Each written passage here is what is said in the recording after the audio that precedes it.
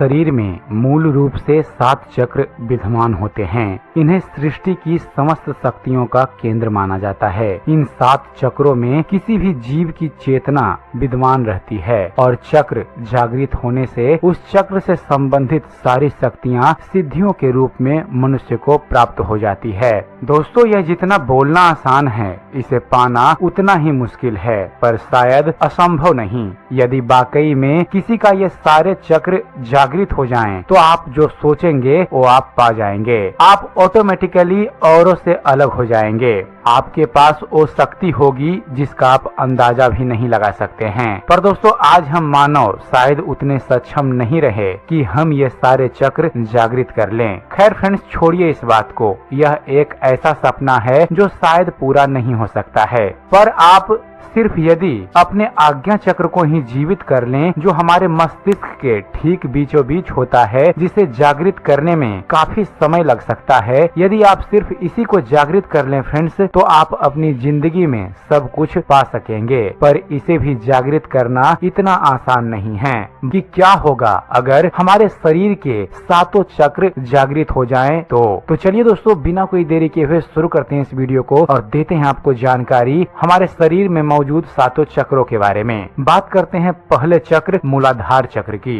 दोस्तों, यह शरीर का पहला चक्र होता है। गुदा और लिंग के बीच 4 पंखुड़ियों वाला यह आधार चक्र है। 99.9 लोगों की चेतना इसी चक्र पर अटकी रहती है और ये इसी चक्र में रहकर मर जाते हैं। जिनके जीवन में भोग, संभोग और निद्रा की प्रधानता है, उनकी ऊर्जा इसी चक्र के आसपास एकत्रित रहती है। इस चक्र का मंत्र ल है। दोस्तों, मूलाधार चक्र जगाने की विधि के बारे में बात करें तो मनुष्य तब तक पशुवत है जब तक कि वह इस चक्र में जी रहा है। इसलिए भोग, निद्रा और संभोग पर संयम रखते हुए इस चक्र पर लगातार ध्यान लगाने से यह चक्र जागृत होने लगता है। इसको जागृत करने का दूसरा नियम है यम और नियम का पालन करते हुए साक्षी भाव में रहना। मूलाधार चक्र के प्रभाव के बारे में बताएं आपको फ्रेंड्स, तो इस चक्र के जागृत होने पर व्यक्ति के भीतर वीरता, निर्भीकता और आनंद का भाव जागृत हो जाता है। सिद्धियां प्राप्त करने के लिए वीरता, निर्भीकता और जागरूकता का होना बहुत ज्यादा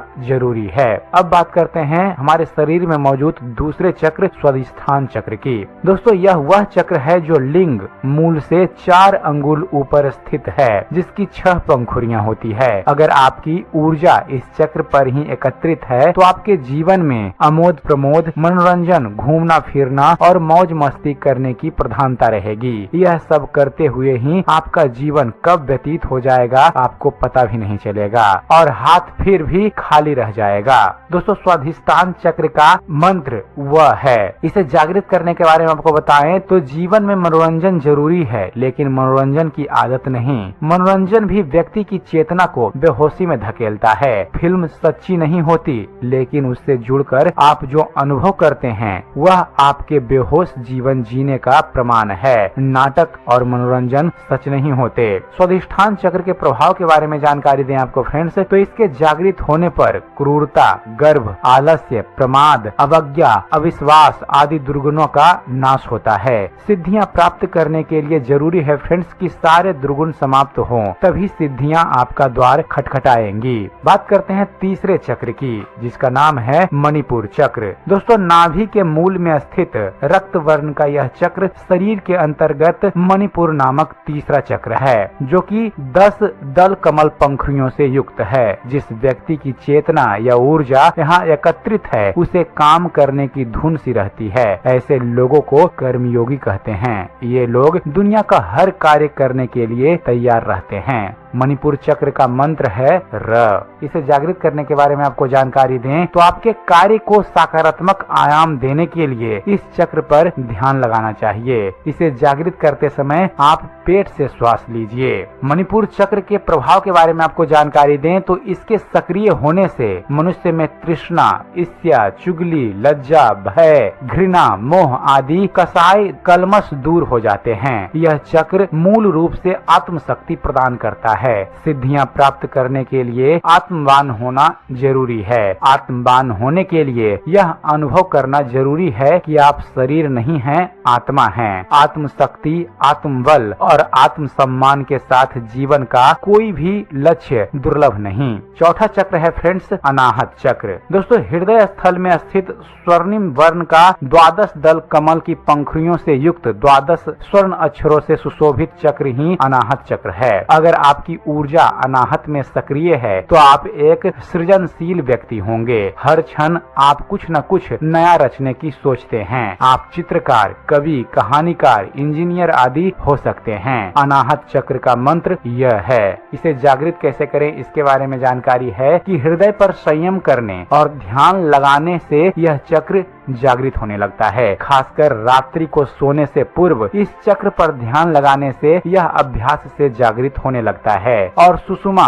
इस चक्र को भेद कर ऊपर गमन करने लगती है। अनाहत चक्र के प्रभाव के बारे में आपको जानकारी दें तो इसके सक्रिय होने पर व्यक्ति में लिप्सा, कपट, हिंसा, कुतर्क, चिंता, मोह, दंभ, अविवेक और अहंकार समाप्त हो जाते हैं। इस चक्र के जागृत होने से व्यक्ति के भीतर प्रेम और संवेदना का जागरण होता है। इसके जागृत होने पर व्यक्ति के समय ज्ञान स्वतः ही प्रकट होने लगते हैं। व्यक्ति अत्यंत आत्मविश्वस्त, सुरक्षित, चारित्रिक रूप से जिम्मेदार एवं भावनात्मक रूप से संतुलित व्यक्तित्व वाला बन जाता है। ऐसा व्यक्ति अत्यंत हितैषी एवं बिना किसी स्वार्थ के मानवता प्रेमी एवं सर्वप्रिय बन जाता है। अब बात करते हैं हमारे शरीर में मौजूद 5वें चक्र की, जिसे विशुद्ध चक्र कहते हैं। दोस्तों, कंठ में सरस्वती का स्थान है। यहाँ विशुद्ध चक्र है और जो 16 पंखुड़ियों वाला होता है। सामान्य तौर पर यदि आपकी ऊर्जा इस चक्र के आसपास एकत्रित है तो आप अति शक्तिशाली होंगे। विशुद्ध चक्र का मंत्र हाँ है।